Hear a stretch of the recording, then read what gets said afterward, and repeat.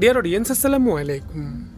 Dear audience, বরাবরের মতো আজকেও আপনাদের মাঝে বহুত ইম্পর্টেন্ট একটি প্রোগ্রামিং ভিডিও নিয়ে আবারও আপনাদের সামনে হাজির হলাম।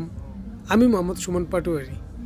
তো ডিয়ার ফ্রেন্ডস, আজকে আমি দেখাবো হুসিং i60 এই মডেলের কন্ট্রোল বক্সের কীভাবে মোটর রোটেশন চেঞ্জ করবেন সেটি দেখিয়ে নেব। তো আমরা এই কন্ট্রোল বক্সটি আমাদের ইয়ামাটো ফ্ল্যাট লক সুইং মেশিনে ব্যবহার করা হচ্ছে। তো এখানে আমরা দেখতে পাচ্ছি যে আমাদের ফ্ল্যাট লকের রোটেশন পিছন দিকে যাওয়ার কথা, কিন্তু এই রোটেশনটা ঘুরতেছে সামনের দিকে। তো আমরা এই রোটেশনটাকে কীভাবে চেঞ্জ করব সেটি দেখিয়ে দিব।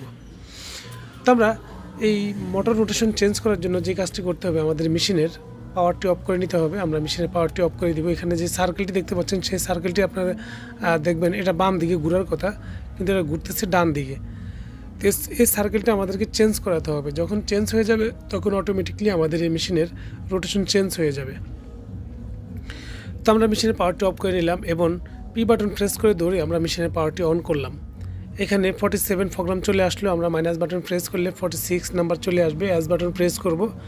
এখানে অ্যাস বাটন প্রেস করার পর CW থাকবে, আমরা এটাকে CW করে নিব। করার পর আমরা এই প্রোগ্রামটাকে সেভ করার জন্য অ্যাস বাটন প্রেস করলে প্রোগ্রামটা সেভ হয়ে যাবে। এখন আমাদের রোটেশনটা দেখেন বাম দিকে ঘুরতেছে। আমরা এখন মেশিনটাকে রান করে দেখব আমাদের রোটেশনটা কোন দিকে চলে।